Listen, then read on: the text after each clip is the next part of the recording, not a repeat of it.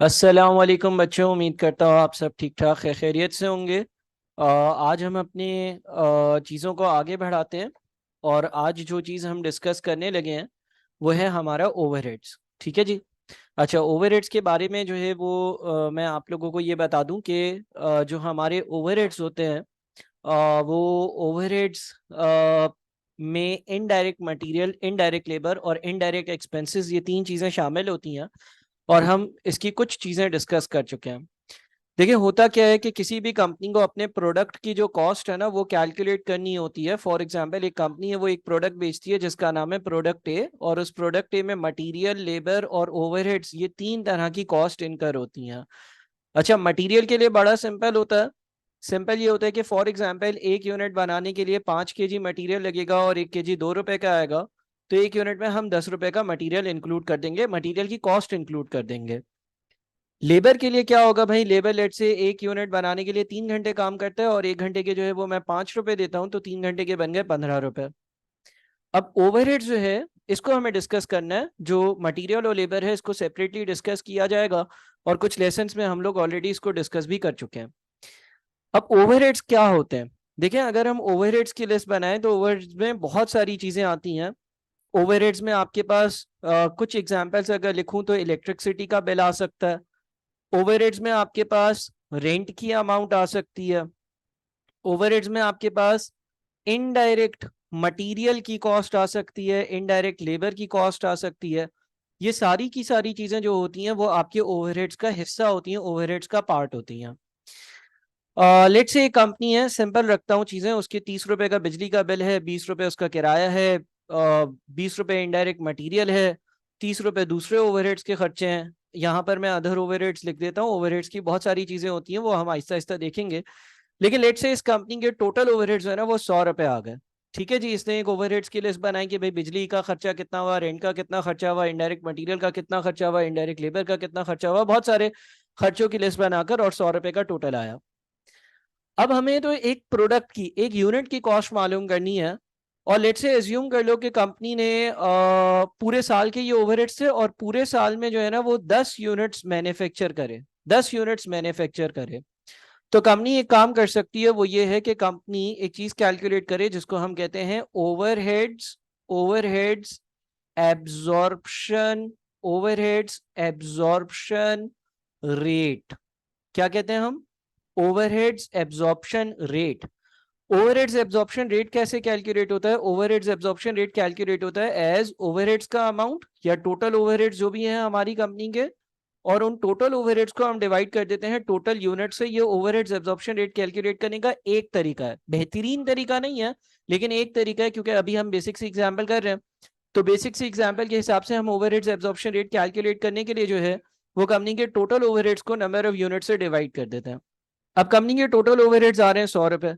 Company ने 10 units बनाए, लिहाजा एक कंपनी ने लंप सम हिसाब निकाल लिया कि भाई एक यूनिट बनाने के लिए 10 रुपए के ओवरहेड्स लगते हैं।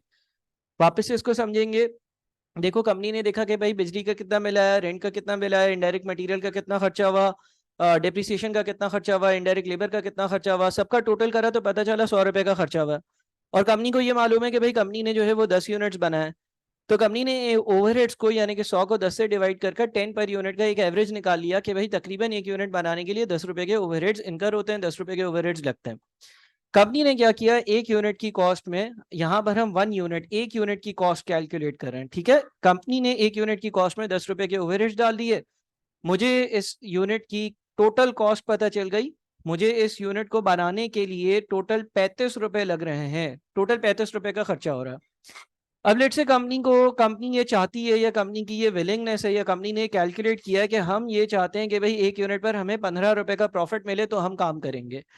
तो कंपनी ने एक सेलिंग प्राइस कैलकुलेट कर ली। और वो सेलिंग प्राइस कैसे कैलकुलेट की? पहले कंपनी ने ये देखा कि ये चीज हमें कितने की पड़ती है, भाई 35 रुपए की पड़ती है, और 15 रुपए का हम प्रॉफिट रखकर इसको बेचेंगे। तो लिहाजा कंपनी ने जो है ना वो इसको मार्केट में 50 रुपए की सेलिंग प्राइस पर बेचना शुरू कर दिया। तो ये एक तरीका होता है कि जिस तरीके के थ्रू हम अपने ओवरहेड्स अपने प्रोडक्ट्स की कॉस्ट में शामिल करते हैं। और इस तरीके में हमने क्या किया, हमने एक ओवरहेड्स एब्जॉर्प्शन रेट कैलकुलेट किया। ओवरहेड्स एब्जॉर्प्शन रेट क्या है? ओवरहेड्स एब्जॉर्प्शन रेट जो है वो ओवरहेड्स को हम यूनिट से डिवाइड कर कैलकुलेट करते हैं। सबसे पहले ऊपर हम टोटल ओवरहेड्स लिखते हैं, कंपनी के टोटल ओवरहेड्स कितने हैं, और उसको हम टोटल यूनिट से डिवाइड करते हैं और हमें पता चल जाता है कि 10 रुपए पर यूनिट जो है वो एक यूनिट में ओवरहेड्स की अमाउंट जानी चाहिए। फिर हमने ये जो वर्किंग करी है ना, ये एक यूनिट की करी है, ये एक यूनिट की करी है। कंपनी ने तो 10 यूनिट्स बनाकर बेचे हैं, तो कंपनी की एक यूनिट की कॉस्ट अगर 35 आ रही है तो 10 यूनिट्स की टोटल वैल्यू कितनी होगी, 10 यूनिट्स की टोटल कॉस्ट होगी 350।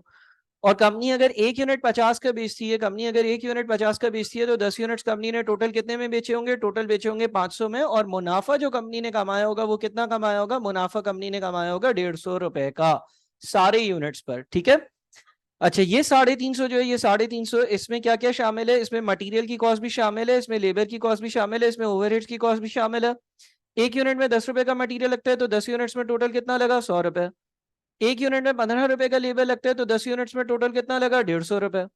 और एक यूनिट में हमने 10 रुपए के ओवरहेड शामिल किए हैं तो 10 यूनिट्स के टोटल कितने हुए, 100 रुपए। तो ये हमारी एक बेसिक सी एग्जांपल थी कि हम अपने ओवरहेड्स को किस तरह से हम अपने यूनिट्स की कॉस्ट में शामिल करते हैं। और इस एग्जांपल में एक बात याद रखिएगा कि कंपनी सिर्फ और सिर्फ एक ही तरह का प्रोडक्ट बना रही थी, तो हमने अपना ओवरहेड्स एब्जॉर्प्शन रेट कैलकुलेट करने के लिए ओवरहेड्स को नंबर ऑफ यूनिट से डिवाइड कर दिया, ये एक हमारा तरीका हो जाता है। फिर ओवरहेड्स को थोड़ा सा और कॉम्प्लेक्स करते हैं, मुश्किल की तरफ लेकर जाते हैं, ओवरहेड्स की दुनिया में मजीद चीजें लेकर आते हैं। एज्यूम कर लें कि अब कंपनी दो चीजें बनाती है, ए और बी। कंपनी दो तरह की चीजें बनाती है, दो तरह की चीजें बनाती है कंपनी, ए और बी बनाती है, बैट और बॉल बनाती है, आप कह लो कि टेबल और चेयर बनाती है, लैपटॉप और मोबाइल फोन बनाती है, सीडी प्लेयर्स और सीडीज बनाती है, दो तरह की चीजें बनाती है। पहले क्या एग्जाम्पल थी, एक ही तरह की चीज बना रही थी। अच्छा लेट से मटेरियल का खर्चा और लेबर का खर्चा, ये मेरा डिस्कस करना इस चैप्टर का मकसद नहीं है। अभी मैं सिर्फ और सिर्फ ओवरहेड्स के बारे में चीजें डिस्कस कर रहा हूँ। तो हम ये कह देते हैं कि भाई मटेरियल जो है ना वो एक यूनिट में 5 किलो लगता है, 1 किलो 3 रुपए का आता है, ऐसे ही एज्यूम कर लेते हैं। वैसे इसकी कैलकुलेशंस भी आपने पेपर्स में करनी होगी, वो दूसरे चैप्टर्स में पढ़ेंगे। 15 रुपए इधर हो गए, बी के एक यूनिट में भी 5 किलो मटेरियल लगता है और 1 किलो 3 रुपए का आता है, तो 15 रुपए इधर हो गए। एक का एक यूनिट बनाने के लिए 8 घंटे लगते हैं, एक का एक यूनिट बनाने के लिए 8 घंटे लगते हैं, और लेबर जो है वो 1 घंटे के 2 रुपए लेता है, तो 8 घंटे के टोटल 16 रुपए लेबर ले लेता है। और बी जो है वो बनाने के लिए 2 घंटे लगता है, सिर्फ और सिर्फ 2 घंटे लेते हैं और लगते हैं, और लेबर 1 घंटे की 2 रुपए लेता है, तो उसने जो है वो 2 घंटे के ले लिए हमसे 4 रुपए। अब इसमें शामिल करना है ओवरहेड्स, जो कि एक टेक्निकल एरिया है। ओवरहेड्स जो है इसमें शामिल करने हैं, ओवरहेड्स इंक्लूड करने हैं। सर दिखाएं जरा किस तरह से कैलकुलेशंस करेंगे। उससे पहले मैं कुछ और इंफॉर्मेशन लिख लेता हूं आपके पास यूनिट्स के हवाले से। लेट से कंपनी जो है वो पूरे साल में 10 यूनिट्स ए के बनाएगी और पूरे साल में कंपनी 10 यूनिट्स बी के बनाएगी। 10 चीजें, 10 यूनिट्स ए के और 10 यूनिट्स बी के बन रहे होंगे। अच्छा ओवरहेड्स की हमने ये जिक्र किया कि भाई एक लिस्ट होती है, रेंट है, इलेक्ट्रिसिटी है, डेप्रिसिएशन है, इनडायरेक्ट मटेरियल है, इनडायरेक्ट लेबर है। इस लिस्ट में क्या क्या आता है, कैसे आता है, ये एक सेपरेट बहस है जो हम कुछ देर बात करेंगे। लेकिन लेट से जब मैंने ये लिस्ट बना ली तो इस लिस्ट का टोटल आ गया 100 रुपए, इस लिस्ट का टोटल आ गया 100 रुपए। अब मैंने जो अभी पढ़ा है, मैंने जो अभी अभी पढ़ा है वो ये पढ़ा है कि ओवरहेड्स एब्जॉर्प्शन रेट निकाल लिया जाए, और ओवरहेड्स एब्जॉर्प्शन रेट निकालने के लिए हम कंपनी के टोटल ओवरहेड्स लिखें, और जो कंपनी के टोटल ओवरहेड्स हो उसको टोटल यूनिट से डिवाइड करेंगे, यानी कि 10 और 10 20 होता है, तो हम इसको 20 से डिवाइड करें और एक अमाउंट आ जाए 5 रुपए पर यूनिट, एक अमाउंट आ जाए 5 रुपए पर यूनिट। ठीक है जी, यही पढ़ा है ना हमने। और हम ये कह दें कि कंपनी अगर एक यूनिट बनाएगी तो एक यूनिट में तकरीबन तकरीबन बनाने में 5 रुपए के ओवरहेड्स का खर्चा लगता है, क्योंकि कंपनी ने पूरे साल में 100 रुपए के ओवरहेड्स का खर्चा किया, और 100 रुपए के ओवरहेड्स का खर्चा कर कर कंपनी ने 10 यूनिट्स ए के और 10 यूनिट्स बी के यानी कि टोटल 20 यूनिट्स बनाए। तो अगर कंपनी ने 100 रुपए का खर्चा कर कर 20 यूनिट्स बनाए, लिहाजा एक यूनिट बनाने के लिए कंपनी का तकरीबन तकरीबन 5 रुपया लगता है। और मैं क्या करूं, मैं 5 रुपए जो है, मैं 5 रुपए जो है इधर शामिल कर दूं और 5 रुपए इधर शामिल कर दूं, और मैं ये कह दूं कि भाई ए बनाने के लिए टोटल 15 16 31 31 और 5 यानी कि टोटल 36 रुपए का खर्चा हुआ। बी बनाने के लिए 15 4 और 5 यानी कि टोटल 24 रुपए का खर्चा हुआ। लेकिन अब जरा थोड़ा सा कहानी में ट्विस्ट लेकर आते हैं। ट्विस्ट ये लेकर आते हैं कि हम एक काम करते हैं, एक और वर्किंग करते हैं आर्ट्स की वर्किंग करते हैं, फिर मैं बताता हूं कि क्यों करी। देखें ए जो है उसके 10 यूनिट्स बनाए जा रहे हैं और ए का एक यूनिट बनाने के लिए मजदूरों के 8 घंटे लगते हैं। ए का एक यूनिट बनाने के लिए मजदूरों के 8 घंटे लगते हैं, क्योंकि यहाँ पर जो भी ऊपर हमने वर्किंग्स करी हैं या इंफॉर्मेशन दी हुई है वो एक यूनिट की दी हुई है। तो अगर ए का एक यूनिट बनाने के लिए 8 घंटे लगते हैं और ए के आपने 10 यूनिट्स बनाए, इसका मतलब ये हो गया कि फैक्ट्री टोटल 80 घंटे, फैक्ट्री ने टोटल 80 घंटे, फैक्ट्री में टोटल 80 घंटे काम हुआ है ए के यूनिट्स बनाने के लिए। जबकि बी का एक यूनिट जो है, बी का एक यूनिट जो है वो 2 घंटे में बनता है और बी के भी आपने 10 यूनिट्स बनाए, तो बी के यूनिट्स 20 घंटे में तैयार हो गए। यानी कि फैक्ट्री कितनी देर चली होगी, फैक्ट्री कितनी देर इस्तेमाल हुई होगी? सर फैक्ट्री टोटल 80 + 20 यानी कि 100 घंटे फैक्ट्री में काम हुआ होगा। मिल मिलाकर 100 घंटे से ज्यादा का काम नहीं हुआ होगा, लेकिन 100 घंटे फैक्ट्री ने ऑपरेट किया होगा। 80 घंटे ऑपरेट किया होगा ए के यूनिट्स बनाने के लिए और 20 घंटे ऑपरेट किया होगा बी के यूनिट्स बनाने के लिए। और कंपनी ने टोटल 100 घंटे ऑपरेट किया और उसमें 10 यूनिट्स ए के बने और 10 यूनिट्स बी के बने। अब जरा गौर से एक बात सोचें, गौर से एक बात सोचें कि ओवरहेड्स में बहुत सारी ऐसी चीजें आती हैं जो टाइम के साथ साथ इंक्रीज होती हैं। उसकी बेहतरीन एग्जाम्पल, और एक ही एग्जाम्पल अभी दूंगा, फिर हम वक्त के साथ साथ डिटेल्स में जाएंगे। वो एक एग्जाम्पल है इलेक्ट्रिसिटी, वो एक एग्जाम्पल है इलेक्ट्रिसिटी। ओवरहेड्स में इलेक्ट्रिसिटी भी शामिल है, ओवरहेड्स में इलेक्ट्रिसिटी भी शामिल है। अब मुझे एक बात बताओ कि इलेक्ट्रिसिटी का ज्यादा इस्तेमाल, इलेक्ट्रिसिटी का ज्यादा इस्तेमाल कहाँ हुआ होगा? इलेक्ट्रिसिटी का ज्यादा इस्तेमाल जो है वो ए की प्रोडक्शन के लिए हुआ होगा, बी की प्रोडक्शन के लिए नहीं हुआ होगा।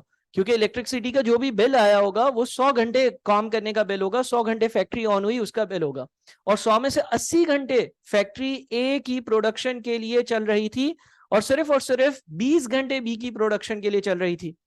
इसी तरह से मशीन्स की डेप्रिसिएशन होती है। जब आप मशीन्स को इस्तेमाल करते हो तो उसकी डेप्रिसिएशन ओवरहेड्स में आती है। अब मशीन 80 घंटे ए बनाने के लिए चली है और सिर्फ 20 घंटे बी बनाने के लिए चली है, तो अगेन डेप्रिसिएशन का खर्चा जो मैंने कंपनी में किया है वो ज्यादा ए पर जाना चाहिए, क्योंकि ए देर से बनता है और ए अगर देर से बनता है उसमें मेहनत ज्यादा लगती है, तो उसमें ओवरहेड ज्यादा शामिल होने चाहिए। इसी तरह से कि लेट से आप 2 किताबें पढ़ रहे हो, एक किताब 5 पेज की है और एक किताब 500 पेज की है, तो 5 पेज वाली किताब शायद आप कुछ घंटों में पढ़ लोगे, और 500 पेजेस वाली किताब पढ़ने के लिए आपको कुछ दिन की जरूरत होगी। तो क्या दोनों में आपका इक्वल टाइम या बराबर एफर्ट्स लगी? नहीं सर, ऐसा नहीं है। इसी तरह से यहां पर भी है कि अगर हम ओवरहेड्स की बात करते हैं, तो अभी तो हमने क्या किया हुआ है, अभी हमने दोनों में 5 रुपए और 5 रुपए शामिल किए हुए, इक्वल इक्वल शामिल किए हुए, जो कि गैर मुनासिब बात है। ए में ज्यादा ओवरहेड शामिल होने चाहिए, बी में कंपैरेटिवली कम ओवरहेड शामिल होने चाहिए। तो पॉइंट जो आपने नोट करना है वो ये है कि एग्जाम्पल नंबर 1 में तो हम लोग ओवरहेड्स एब्जॉर्प्शन रेट को यूनिट्स की बेसिस पर कैलकुलेट कर रहे थे, एक ही प्रोडक्ट था। लेकिन अगर एक से ज्यादा प्रोडक्ट हो, एक से ज्यादा प्रोडक्ट हो, तो आप ओवरहेड्स एब्जॉर्प्शन रेट जो है वो यूनिट्स की बेसिस पर कैलकुलेट नहीं करोगे। यूनिट्स की बेसिस पर कैलकुलेट करना इसको जो है वो मुनासिब नहीं होगा। यूनिट्स की बेसिस पर ओवरहेड्स एब्जॉर्प्शन रेट कैलकुलेट नहीं होगा, बल्कि करना क्या पड़ेगा, ओवरहेड्स एब्जॉर्प्शन रेट कैलकुलेट करने के लिए आप अपने टोटल ओवरहेड्स को, आप अपने टोटल ओवरहेड्स को नंबर ऑफ आवर्स से डिवाइड करोगे। यानी कि आप ये बोलोगे कि भाई 100 रुपए का फैक्ट्री में खर्चा हुआ, इसलिए क्योंकि फैक्ट्री टोटल 100 घंटे चली, और यहां पर आपका ओवरहेड्स एब्जॉर्प्शन रेट आएगा 1 पर आवर, 1 पर आवर। 100 रुपए का खर्चा हुआ, 100 घंटे फैक्ट्री चली, इसलिए यानी कि 1 घंटा अगर फैक्ट्री चलती है तो 1 रुपए के ओवरहेड्स इनकर होते हैं। 1 घंटे का 1 रुपए का कॉस्ट का अमाउंट है। तो अब क्या करेंगे हम, अब ये करेंगे हम कि हम जब ए और बी की कॉस्ट को कैलकुलेट करेंगे ना, तो हम ए का 1 यूनिट 8 घंटे में बनता है, ए का 1 यूनिट 8 घंटे में बनता है, ए का 1 यूनिट 8 घंटे में बनता है, और 1 घंटे में 1 रुपए की कह लो कि बिजली जो है वो इस्तेमाल होती है या दूसरे ओवरहेड्स इस्तेमाल होते हैं, तो एक यूनिट में 8 रुपए शामिल करेंगे। और जब हम बी की बात करेंगे, तो हम ये कहेंगे कि भाई बी का 1 यूनिट 2 घंटे में बनता है, और 2 घंटे के लिए जो बिजली का या दीगर खर्चे हुए वो 2 रुपए के हुए। क्यों? क्योंकि मैंने ये कैलकुलेट कर लिया कि मेरी फैक्ट्री में टोटल 100 रुपए का खर्चा हुआ था, जिसमें मैंने 100 घंटे काम किया। तो अगर 100 रुपए का खर्चा कर मैंने 100 घंटे काम किया, तो इसका मतलब 1 घंटे के लिए 1 रुपए के ओवरहेड्स इनकर होते हैं। अब अगर ए बनाने के लिए 8 घंटे लग रहे हैं तो 8 रुपए, और बी बनाने के लिए सिर्फ 2 घंटे लग रहे हैं तो सिर्फ 2 रुपए उधर उसकी कॉस्ट में शामिल होने चाहिए। अगर अब मैं कॉस्ट का टोटल करता हूं तो 15 और 16 31, 31 और 8 39, और अगर बी की कॉस्ट की बात करता हूं तो 15 4 19, 19 और 2 21। ये हमारी सही वाली कॉस्ट होनी चाहिए, ये हमारी टोटल कॉस्ट होनी चाहिए। यानी कि हमें ये कोशिश करनी होती है कि जब हम प्रोडक्ट्स में ओवरहेड्स को शामिल कर रहे हो तो हम इस चीज का ख्याल रखें कि जहां पर जितना ज्यादा एफर्ट, जितना ज्यादा टाइम लगा है, वहां पर उतने ही ज्यादा ओवरहेड्स जो है वो शामिल हो रहे हैं। अगर एक प्रोडक्ट बनाने के लिए 8 घंटे लग रहे हैं तो उधर ज्यादा ओवरहेड शामिल होने चाहिए एज कम्पेयर टू एक ऐसा प्रोडक्ट जिसको बनाने के लिए 2 घंटे लग रहे हैं। अब हमारे पास जो प्रोडक्ट की टोटल कॉस्ट आ गई, हमारे पास हमें ये पता चल गया कि भाई ए हमें जो है ना वो 39 का पड़ता है और बी जो है वो हमें 21 रुपए का पड़ता है। मान लो कंपनी ने ये फैसला किया कि भाई ए जो है ना वो हम 50 रुपए का बेचेंगे 11 रुपए का प्रॉफिट रखकर। तो 11 का प्रॉफिट ऐड कर इसकी सेलिंग प्राइस आ गई 50 रुपए। और मान लो कि कंपनी ने ये बोल दिया कि भाई बी पे हम 9 रुपए का मुनाफा रखेंगे और इसको हम 30 रुपए पे बेचेंगे, तो इसकी सेलिंग प्राइस 30 रुपए आ गई। क्योंकि कंपनी ने 10 यूनिट्स ए के और 10 यूनिट्स बी के बनाए, तो कंपनी के लिए जो टोटल कॉस्ट होगी 10 यूनिट्स के लिए यानी कि अब अगर मैं टोटलिटी पे बात करूं तो वो हो जाएगी 390। जो प्रॉफिट होगा ए से आने वाला, एक यूनिट से 11 है तो 10 यूनिट से 110 हो जाएगा। और जो सेलिंग प्राइस होगी यानी कि इन यूनिट्स को बेचना होगा वो मुझे 500 रुपए में बेचना होगा। 500 में से 390 मेरा खर्चा होगा और बाकी बचा हुआ 110 मेरा मुनाफा होगा। इसी तरह से मैं प्रोडक्ट बी की बात करता हूं। जब मैं प्रोडक्ट बी की बात करता हूं तो एक यूनिट की कॉस्ट 21 आई थी। कंपनी 10 यूनिट्स बना रही है तो 210 रुपए की कॉस्ट होगी, 90 रुपए मुनाफा हो रहा होगा जब मैं उन चीजों को 300 रुपए में यानी कि 30 रुपए की सेलिंग प्राइस पर बेचूंगा। ये सेल्स रेवेन्यू है, टोटल कैलकुलेट कर लिया मैंने। अच्छा, 390 और 210 का भी ब्रेकअप होगा। 390 की जो कॉस्ट है 10 यूनिट्स के एक ही, उसमें मटेरियल की कॉस्ट होगी, उसमें लेबर की कॉस्ट होगी, उसमें ओवरहेड्स की कॉस्ट होगी। इसी तरह से बी की जो 210 रुपए की कॉस्ट है उसमें भी मटेरियल की कॉस्ट होगी, उसमें भी लेबर की कॉस्ट होगी और उसमें भी ओवरहेड्स की कॉस्ट होगी। अगर मैं 390 की ए की जो कॉस्ट है उसका ब्रेकअप करता हूँ तो एक यूनिट पर 15 रुपए का मटीरियल लगता है। 10 यूनिट्स में टोटल 150 रुपए का मटीरियल लगा होगा। एक यूनिट में तकरीबन तकरीबन 16 रुपए का लेबर लगता है तो 10 यूनिट्स में 160 का लेबर लगा होगा। और एक यूनिट में मैं 8 रुपए के ओवरहेड शामिल कर रहा हूं तो 10 यूनिट्स में टोटल 80 रुपए के ओवरहेड शामिल कर रहा हूँ। अगर मैं बी की 210 रुपए की कॉस्ट की बात करूंगा तो अगेन बी के एक यूनिट में 15 रुपए का मटीरियल लगता है तो 10 यूनिट्स में 150 रुपए का मटीरियल लगा होगा। बी के एक यूनिट में 4 रुपए का लेबर लगता है तो 10 यूनिट्स में टोटल 40 रुपए का लेबर लगा होगा। और बी के एक यूनिट में हमने हिसाब लगाया कि 2 रुपए के ओवरहेड्स लगते हैं तो 10 यूनिट्स में टोटल 20 रुपए के ओवरहेड्स लगते होंगे। तो देखें आपने यहाँ पर 80 और यहाँ पर 20 रुपए के ओवरहेड्स, जो 100 रुपए के टोटल ओवरहेड्स थे या टोटल आपका 100 रुपए का खर्चा था, उसको आपने 80 और 20 इस तरह से इन दो प्रोडक्ट्स में डिस्ट्रीब्यूट किया या शामिल किया। तो हमें इन दो एग्जाम्पल से क्या पता चला है? एग्जाम्पल नंबर 1, अगर सिर्फ यूनिट्स की इन्फॉर्मेशन है, आवर्स की इन्फॉर्मेशन नहीं है, कंपनी एक ही प्रोडक्ट बना रही है, तो हमने यूनिट्स की बेसिस पर ओवरहेड्स एब्जॉर्प्शन रेट कैलकुलेट कर लिया। एग्जाम्पल नंबर 2, अगर नंबर ऑफ आवर्स की इन्फॉर्मेशन अवेलेबल हो तो ये ज्यादा लॉजिकल होगा कि हम नंबर ऑफ आवर्स की बेसिस पर अपना ओवरहेड्स एब्जॉर्प्शन रेट निकालें और उसकी वजह से जहां पर ज्यादा टाइम लगा है वहां पर ज्यादा कॉस्ट शामिल होगी, जहां पर कम टाइम लगा है वहां पर कम कॉस्ट शामिल होगी। और उसकी वर्किंग भी मैंने आप लोगों के साथ सामने कर ली है। तो उम्मीद है कि ये दो बातें आप लोगों को समझ आई होंगी। और अब हम मजीद कॉम्प्लेक्स एग्जाम्पल पर चलते हैं वापस से। अब हम एग्जाम्पल नंबर 3 पर आते हैं। एग्जाम्पल नंबर 3 को हम थोड़ा और कॉम्प्लेक्स कर रहे हैं। अगेन हमारे पास ए प्रोडक्ट है, हमारे पास बी प्रोडक्ट है। इन दोनों में लगता है मटेरियल। मटेरियल एज्यूम कर लो कि भाई ए के एक यूनिट में 5 kg लगता है। ऊपर वाली सारी वैल्यूज ले लेते हैं ताकि नया नया डेटा ना हमें लिखना पड़े। और 3 रुपए एक में मटेरियल लगता है तो 15। बी के एक यूनिट भी 5 kg में बनता है और 1 kg 3 रुपए का आता है तो एक यूनिट पर 15 रुपए का खर्चा होता है। लेबर की बात कर लेते हैं। लेबर जो है उसके लिए हमने ये कहा था कि ए का एक यूनिट 8 घंटे में बनता है, 2 रुपए 1 घंटे के लेबर लेता है, तो उसने 8 घंटे काम करने के लिए 16 लिए होंगे। और बी का एक यूनिट हमने अज्यूम किया कि 2 घंटे में बनता है और 1 घंटे के अगर लेबर 2 रुपए लेता है तो उसमें 4 रुपए हमने शामिल करे। फिर बहस आ रही थी ओवरहेड्स पर। जो हमारा मेन जो ऑब्जेक्टिव है वो है ओवरहेड्स को समझना। ओवरहेड्स जब हमारे पास आ जाएंगे तो हम इन ओवरहेड्स को इधर ऐड करेंगे तो हमारे पास क्या आ जाएगा? हमारे पास टोटल कॉस्ट की वैल्यू आ जाएगी। अच्छा, यूनिट्स के बारे में इंफॉर्मेशन क्या दी हुई थी? यूनिट्स के बारे में ये इंफॉर्मेशन दी हुई थी, यूनिट्स के बारे में ये इंफॉर्मेशन दी हुई थी कि कंपनी ए के 10 यूनिट्स बनाएगी और बी के भी 10 यूनिट्स बनाएगी। और फिर हमने नंबर ऑफ आवर्स कैलकुलेट कर लिए थे। नंबर ऑफ आवर्स ऐसे कैलकुलेट किए थे कि ए का एक यूनिट अगर 8 घंटे में बनता है तो 10 यूनिट्स टोटल 80 घंटे में बनेंगे। और इसी तरह से अगर बी का एक यूनिट 2 घंटे में बनता है तो 10 यूनिट्स टोटल जो है वो 20 घंटे में बनेंगे। और इसीलिए कंपनी में टोटल जो काम हुआ होगा या टोटल जो आवर्स होंगे वो 100 घंटे होंगे। फिर हमने ये देखा कि कंपनी ने एक ओवरहेड्स की लिस्ट बनाई होगी, ये लिस्ट भी बनाने को आती है, कैसे बनती है और इसमें क्या क्या चीजें होती हैं वो हम देखेंगे। लेकिन फिर वक्त मैं आपको लिस्ट दे देता हूँ। रेंट दिया हुआ है, इलेक्ट्रिसिटी का अमाउंट दिया हुआ है, डेप्रिसिएशन दिया हुआ है, इनडायरेक्ट मटेरियल दिया हुआ है, 3 4 5 तरह के आपको ओवरहेड्स दिए हुए हैं और उन सबका टोटल दिया हुआ है 100 रुपए।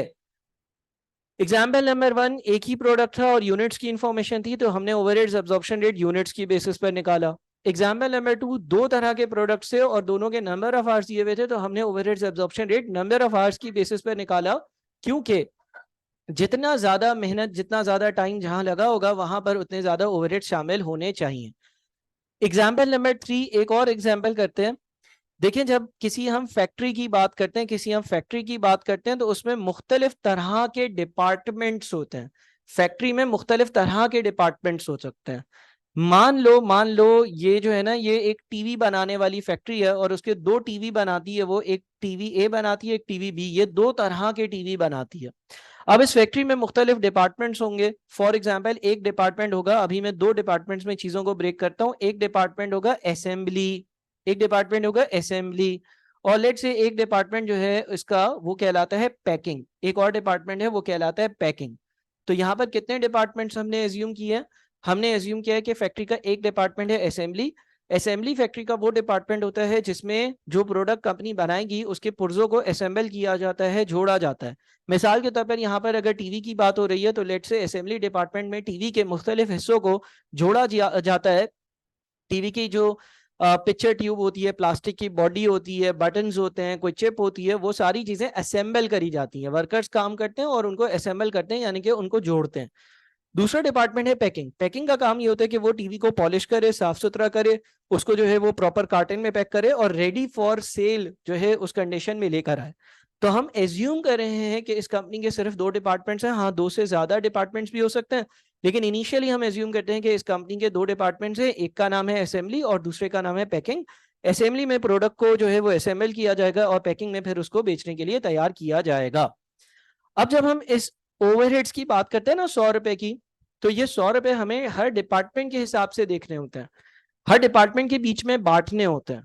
इन 100 रुपयों को बांटने का तरीका कुछ देर में आएगा, लेकिन आपको ये पता होता है या आप ये कैलकुलेट कर लेते हो कि भाई मेरी फैक्ट्री के टोटल जो 100 रुपए के ओवरहेड्स का खर्चा हुआ है, मेरी फैक्ट्री का टोटल इलेक्ट्रिसिटी का, डेप्रिसिएशन का, रेंट का, इनडायरेक्ट मटेरियल का, इनडायरेक्ट लेबर का, XYZ ओवरहेड्स का जो खर्चा हुआ है, उसमें से कितना असेंबली डिपार्टमेंट का है, कितना पैकिंग डिपार्टमेंट का है। ये कैलकुलेशन कैसे करी जाती है ये कुछ देर में आएगी, लेकिन ये कैलकुलेशन करी जाती है। अब हम एज्यूम कर लेते हैं कि असेंबली डिपार्टमेंट में 100 में से 90 रुपए का खर्चा इधर होता था ओवरहेड्स का, और 10 रुपए का खर्चा इधर होता था ओवरहेड्स का। बात को जरा गौर से सुनिएगा। अब मैंने ओवरहेड्स के ही 2 हिस्से कर दिए। जो हमारे पास ओवरहेड्स का अमाउंट था, मैंने ये कहा कि भाई 100 रुपए का जो टोटल खर्चा था ना, उसमें से 90 रुपए का खर्चा ओवरहेड्स का असेंबली डिपार्टमेंट में इनकर होता था, और जो पैकिंग डिपार्टमेंट है उसमें 10 रुपए का खर्चा इनकर होता था। यानी कि जो हमारे पास टोटल ओवरहेड्स है उसके 2 हिस्से कर दिए।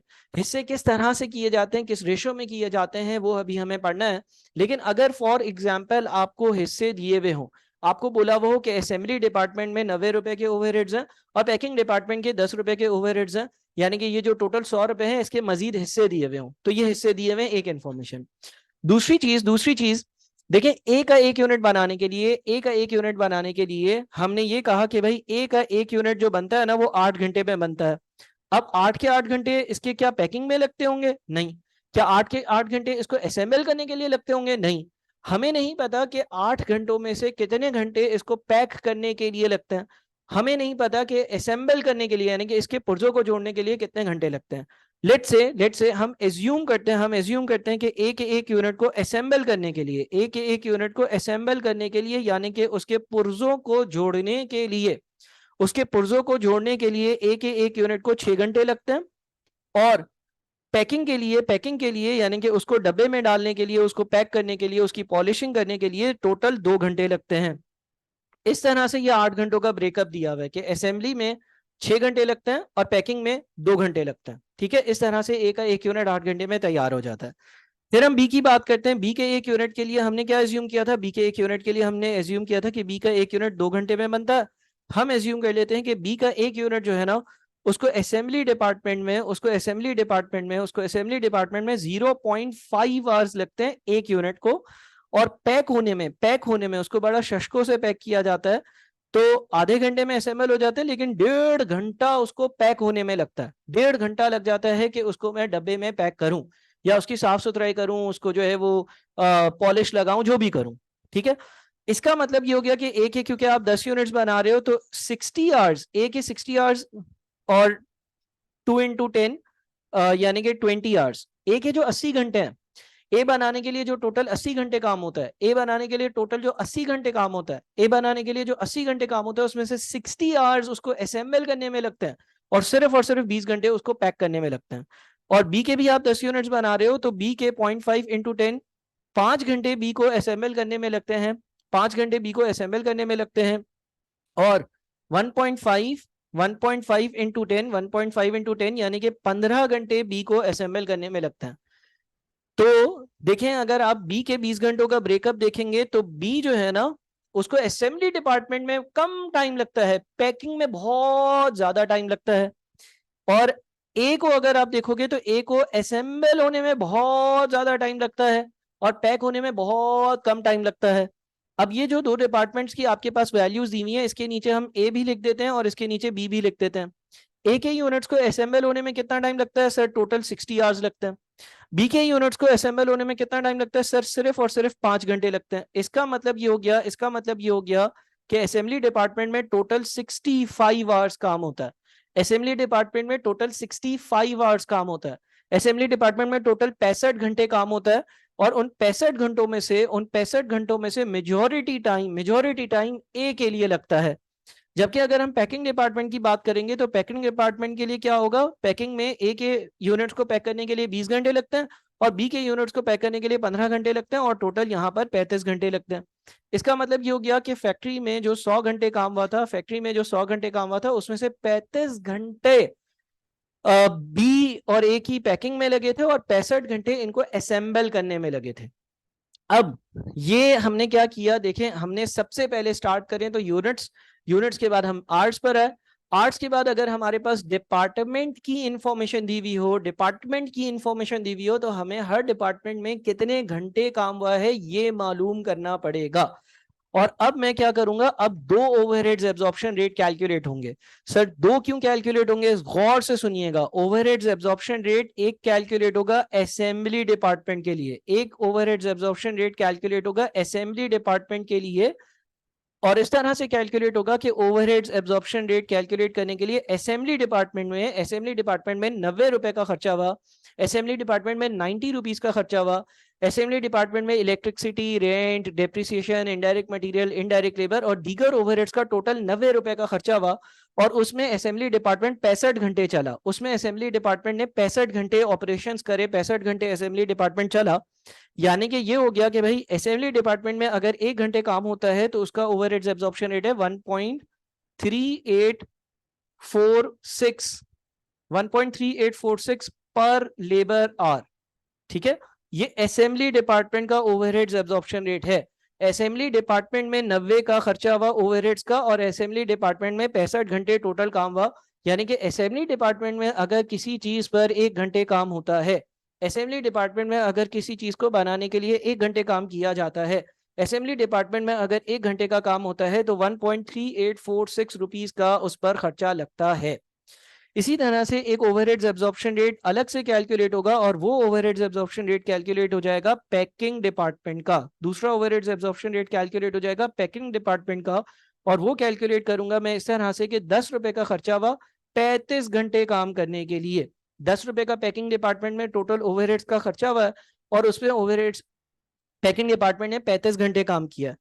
तो 10 डिवाइडेड बाय 35 ये बन जाता है आपका 0.2857, ये बन जाता है आपका 0.2857 पर लेबर आवर। इसका मतलब ये हो गया कि अगर पैकिंग डिपार्टमेंट में 1 घंटे किसी प्रोडक्ट पर काम होता है तो सिर्फ और सिर्फ 0.2857 का खर्चा लगता है। देखें पैकिंग डिपार्टमेंट जो है ना वो लो कॉस्ट डिपार्टमेंट लग रहा है। ऐसा लग रहा है कि असेंबली डिपार्टमेंट में बहुत सारी लाइट्स यूज होती असेंबली डिपार्टमेंट में बहुत सारी मशीन्स होंगी, असेंबली डिपार्टमेंट में बहुत सारा लेबर होगा, असेंबली डिपार्टमेंट बहुत बड़ा होगा, असेंबली डिपार्टमेंट में मशीन्स की डिप्रिसिएशन बहुत होगी, असेंबली डिपार्टमेंट में मशीन्स में बहुत ज्यादा फ्यूल जाता होगा। और पैकिंग डिपार्टमेंट में ओवरहेड्स बहुत कम होंगे, एक या दो मजदूर होंगे जो उसकी सफाई करते होंगे, टीवी की डब्बे में डालते होंगे और आगे भेज देते होंगे। अब जब हमने दो ओवरहेड्स एब्जॉर्प्शन रेट कैलकुलेट कर लिए ना, तो अब हम क्या करेंगे, देखें मटेरियल और लेबर की कॉस्ट, मटेरियल और लेबर की कॉस्ट के लिए तो कोई मसला नहीं था। ओवरहेड्स के लिए क्या करेंगे, असेंबली डिपार्टमेंट और पैकिंग डिपार्टमेंट की कैलकुलेशंस अलग अलग होंगी। किस तरह से अलग अलग होंगी, हम ये कहेंगे कि ए प्रोडक्ट जो है वो असेंबली डिपार्टमेंट में, हम अभी एक यूनिट की कैलकुलेशन कर रहे हैं, ये जो डेटा दिया हुआ है 1 यूनिट का दिया हुआ है ना। अगर हम एक यूनिट की बात करते हैं, एक यूनिट को असेंबली डिपार्टमेंट में 6 घंटे लगते हैं, और एक यूनिट को अगर 6 घंटे लगते हैं, और अगर किसी चीज को 1 घंटा लगे, किसी चीज को अगर असेंबली डिपार्टमेंट में 1 घंटा लगे, तो उस पर 1.3846 का खर्चा आता है। तो 6 घंटे का टोटल खर्चा 1.3846 के हिसाब से, 6 घंटे का टोटल खर्चा 6 इंटू 1.3846, टोटल खर्चा जो आ रहा है ना वो तकरीबन 8.31 आ रहा है। टोटल खर्चा जो आ रहा है ना वो तकरीबन 8.31 आ रहा है। और अगर हम पैकिंग डिपार्टमेंट की बात करते हैं, बात करते हैं, तो एक यूनिट को पैकिंग डिपार्टमेंट में सिर्फ 2 घंटे लगते हैं, और 1 घंटे का खर्चा जो पैकिंग डिपार्टमेंट का है वो 0.2857 है। अगर 0.2857 है तो 2 इंटू 0.2857 यानी कि तकरीबन 0.5714 का खर्चा या 0.57 का खर्चा इधर लगता है। तो हम इन दोनों को ऐड करते हैं अगर, तो एक यूनिट 15 प्लस 16 प्लस 8.31 प्लस 0.57, यानी कि टोटल एक यूनिट तकरीबन 39.88 रुपीज में तैयार होता है। बी की वर्किंग करते हैं। बी के एक यूनिट को असेंबली डिपार्टमेंट में सिर्फ और सिर्फ 0.5 आवर्स लगते हैं, और असेंबली डिपार्टमेंट में किसी चीज पर 1 घंटा काम हो तो 1.3846 का खर्चा आएगा। तो इधर तो आधा घंटा काम हुआ है, तो खर्चा भी 1.3846 इंटू 0.5 यानी कि आधा होगा, यानी कि सिर्फ और सिर्फ 0.69 होगा, सिर्फ और सिर्फ 0.69 होगा। और बी के एक यूनिट को पैकिंग में 1.5 घंटा लगता है, बी के एक यूनिट को पैकिंग में 1.5 घंटा लगता है, और 1 घंटे का जो रेट है पैकिंग डिपार्टमेंट का वो 0.2857 है, 0.2857 है। तो 1.5 इंटू 0.2857 अगर हम करते हैं तो ये खर्चा आता है 0.43। ठीक है, तो बी का एक यूनिट टोटल कितने खर्चे में बनता है, 15 प्लस 4 प्लस 0.69 प्लस 0.43, यानी कि टोटल ये बनता है 20.12 के खर्चे में, 20.12 के खर्चे में। तो यहां पर जो इंपॉर्टेंट बात है वो ये है कि जब आपके पास डिपार्टमेंट्स की इंफॉर्मेशन दी हुई हो तो आपने हर डिपार्टमेंट का अलग ओवरहेड्स एब्जॉर्प्शन रेट कैलकुलेट करना है, और हर डिपार्टमेंट का अलग ओवरहेड्स एब्जॉर्प्शन रेट कैलकुलेट कर कर उसको प्रोडक्ट की कॉस्ट में शामिल करना है। अच्छा, अब लेट से कंपनी ने ये सोच लिया कि भाई एक यूनिट जो है ना, एक यूनिट है उस पर हम जो है वो 10 रुपए का प्रॉफिट लेंगे, लिहाजा जो सेलिंग प्राइस डिसाइड करेगी कंपनी वो करेगी कि भाई 39.88 का ये चीज पड़ी, 10 रुपए का मुनाफा, हम इसको 49.88 में मार्केट में बेचेंगे। बी के एक यूनिट पे भी कंपनी ने सोचा लेट से हम 10 रुपए का प्रॉफिट रखेंगे और इसको मार्केट में हम 30.12 का बेचेंगे। ठीक है जी, अब हम टोटलिटी पे बात करते हैं। ये तो एक यूनिट की बात है ना, ये तो एक यूनिट की बात है। अगर हम ए के और बी के सारे यूनिट्स की बात करें, यानी कि 10-10 यूनिट्स की बात करें, तो कॉस्ट क्या होगी भाई, एक यूनिट की 39.88 है तो 10 यूनिट्स की 398.8 होगी, और बी के एक यूनिट की कॉस्ट 20.12 है तो 10 यूनिट्स की कॉस्ट 201.2 होगी।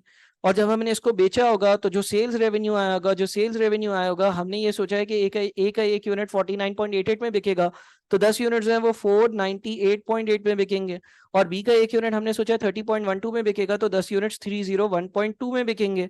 और प्रॉफिट क्या होगा, इन दोनों का या तो डिफरेंस ले लो, या तो ऊपर जो वैल्यू थी 10 की उसको 10 से मल्टीप्लाई कर दो, 100 रुपए का इधर प्रॉफिट होगा और 100 रुपए का इधर प्रॉफिट होगा। फर्दर अगर कोई पूछे कि भाई 398 में क्या क्या शामिल है, अगर कोई पूछे कि भाई 398.8 में क्या क्या शामिल है, तो आप बोलोगे कि इसमें एक मटेरियल की कॉस्ट, एक लेबर की कॉस्ट और एक ओवरहेड शामिल है। अच्छा, एक मटेरियल की कितनी कॉस्ट शामिल है सर, एक यूनिट जो है ना उसमें 15 का मटेरियल लगता है, 16 का लेबर लगता है, और ओवरहेड जो है ना वो ये दोनों लगते हैं मिलाकर जितने भी बन जाते हैं। पहले हम मटेरियल की बात करते हैं, एक यूनिट पे 15 का मटेरियल लगता है, तो 10 यूनिट्स पे लगता होगा 150 का मटेरियल। एक यूनिट पर 16 रुपए का लेबर लगता है, तो 10 यूनिट्स पे टोटल 160 का लेबर लगता होगा। ठीक है, और ए के एक यूनिट पर असेंबली डिपार्टमेंट में 8.31 के ओवरहेड्स लगते हैं, तो 10 यूनिट्स पर टोटल 83.1 के हो गए। और बी जो पैकिंग डिपार्टमेंट है, पैकिंग डिपार्टमेंट ए के एक यूनिट पर पैकिंग डिपार्टमेंट के 0.57 के ओवरहेड्स हैं, 0.57 के ओवरहेड्स हैं, और 10 यूनिट्स के टोटल 0.57 इंटू 10 है, 0.57 इंटू 10 यानी कि 5.7 आते हैं। ठीक है, अब इनको आप ऐड कर लें, 150 प्लस 160 प्लस 83.1 प्लस 5.7, तो टोटल आपके पास वही मैच कर रहा है 398.8 से। बी की बात करते हैं, बी के 201.2 के खर्चे हैं। 201.2 में आपके पास अगेन तीन चीजें हैं, क्या तीन चीजें हैं, मटेरियल है, लेबर है और ओवरहेड्स है। बी के एक यूनिट पे कितने का मटेरियल लगता है, बी के एक यूनिट पे 15 रुपए का मटेरियल लगता है, और 10 यूनिट्स का अगर बात करें तो 10 यूनिट्स पे 150 रुपए का मटेरियल लगेगा। लेबर की अगर बात करते हैं तो एक यूनिट पे 4 रुपए का लेबर लगता है, और एक यूनिट पर अगर 4 रुपए का लेबर लगता है तो 10 यूनिट्स पे टोटल 40 रुपए का लेबर लगेगा। और ओवरहेड्स की अगर बात करते हैं तो 0.69 के ओवरहेड्स, 0.69 के ओवरहेड जो है वो बी के एक यूनिट पर असेंबली डिपार्टमेंट में लगते हैं, तो 10 से अगर हम मल्टीप्लाई करते हैं तो 0.69 इंटू 10, 0.69 इंटू 10 यानी कि 6.9 के ओवरहेड्स असेंबली डिपार्टमेंट के, असेंबली डिपार्टमेंट के 6.9 के ओवरहेड्स ए के बी के लिए लगते हैं। और बी का एक यूनिट जो है उसको पैकिंग डिपार्टमेंट में 0.43 के ओवरहेड्स लगते हैं, तो 10 यूनिट्स पर टोटल ओवरहेड्स कितने लगेंगे, 0.43 इंटू 10 यानी कि 4.3 के ओवरहेड्स लगेंगे। अब एक और बात सुनिएगा जरा, ऊपर हमने असेंबली और पैकिंग डिपार्टमेंट के जो ओवरहेड्स हैं उनका टोटल क्या देखा था, असेंबली डिपार्टमेंट के ओवरहेड्स का टोटल देखा था 90 और पैकिंग डिपार्टमेंट के ओवरहेड्स का टोटल देखा था 10। अगर असेंबली डिपार्टमेंट में से, अगर हम असेंबली डिपार्टमेंट में से ये देखें कि ए पर कितने ओवरहेड्स लगे, तो ए पर 83.1 लगे हैं और बी के एक यूनिट पर जो है ना वो 6.9 लगे हैं। अगर हम पैकिंग डिपार्टमेंट की बात करें तो पैकिंग डिपार्टमेंट के एक यूनिट पर ए पर 5.7 के ओवरहेड्स लगे और बी पर 4.3 के ओवरहेड्स लगे। तो ये रिकंसाइल होना चाहिए, जो आपके असेंबली डिपार्टमेंट के टोटल ओवरहेड्स हैं उसमें से कुछ ए पर लगे हैं कुछ बी पर लगे हैं, जो पैकिंग डिपार्टमेंट के टोटल ओवरहेड्स हैं उसमें से कुछ ए पर लगे हैं और कुछ बी पर लगे हैं। यानी कि ये जो 90 का ब्रेकअप है और ये जो 10 का ब्रेकअप है ये आपस में रिकंसाइल करेगा, मैच करेगा। जो आपने असेंबली डिपार्टमेंट के 90 रुपए के ओवरहेड से जो ए में और बी में बांटे और पैकिंग डिपार्टमेंट के 10 के ओवरहेड से जो ए और बी में बांटे, उसका बांट कर ऐड करना वापस से ऊपर वाली वैल्यू के साथ मैच करना चाहिए, जो कि कर रहा है। और ये एग्जांपल बहुत ज्यादा इंपॉर्टेंट थी। तो अगर मैं अपने इस सेशन को कंक्लूड करूं, अगर मैं अपने इस सेशन को कंक्लूड करूं तो कंक्लूजन क्या है, कंक्लूजन ये है कि अगर कंपनी सिंगल प्रोडक्ट बना रही है, अगर कंपनी सिंगल प्रोडक्ट बना रही है, अगर कंपनी सिंगल प्रोडक्ट बना रही है तो आप अपना OAR जो है वो यूनिट्स की बेसिस पर निकाल सकते हो। ठीक है, मसला ही नहीं है। अगर कोई कंपनी मल्टीपल प्रोडक्ट्स बना रही है, अगर कोई कंपनी मल्टीपल प्रोडक्ट्स बना रही है, मल्टीपल प्रोडक्ट्स के केस में OAR निकालने के लिए हमें नंबर ऑफ आवर्स जो है वो मालूम करना चाहिए। रीजन क्या है, हमें ये पता चल जाए कि कितनी एफर्ट्स कहाँ लगी हैं। जहां पर जितनी एफर्ट्स ज्यादा लगी होंगी वहां पर उतने ज्यादा ओवरहेड्स इंक्लूड होने चाहिए। और अगर कंपनी मल्टीपल प्रोडक्ट्स बना रही है, और अगर कंपनी मल्टीपल प्रोडक्ट्स बना रही है और वो मल्टीपल प्रोडक्ट्स मल्टीपल डिपार्टमेंट्स में बन रहे हैं, तो हमें हर डिपार्टमेंट का जिस तरह से हमने अपने पास असेंबली का अलग और पैकिंग का अलग OAR निकाला, हमें हर डिपार्टमेंट का अलग OAR निकालना पड़ेगा। इसलिए क्योंकि जिस डिपार्टमेंट पर, जिस प्रोडक्ट पर जितनी ज्यादा एफर्ट लग रही है उस डिपार्टमेंट के उतने ज्यादा ओवरहेड्स उस प्रोडक्ट पर शामिल होने चाहिए, और जिस डिपार्टमेंट में जिस प्रोडक्ट पर कंपैरेटिवली कम एफर्ट्स लग रही हैं उस डिपार्टमेंट पर उस प्रोडक्ट के कंपैरेटिवली कम ओवरहेड्स जाने चाहिए। ये वीडियो जरूर देखिएगा, और ये जो आप लोगों के पास PDF फाइल है ये जरूर जरूर जरूर आप लोग मुझसे मांगें और इसको जरा देखें, समझें, इस रीड करें इस PDF को, और साथ में इस वीडियो लेसन को देखें, बड़ा जरूरी है आपके कॉन्सेप्ट्स के लिए।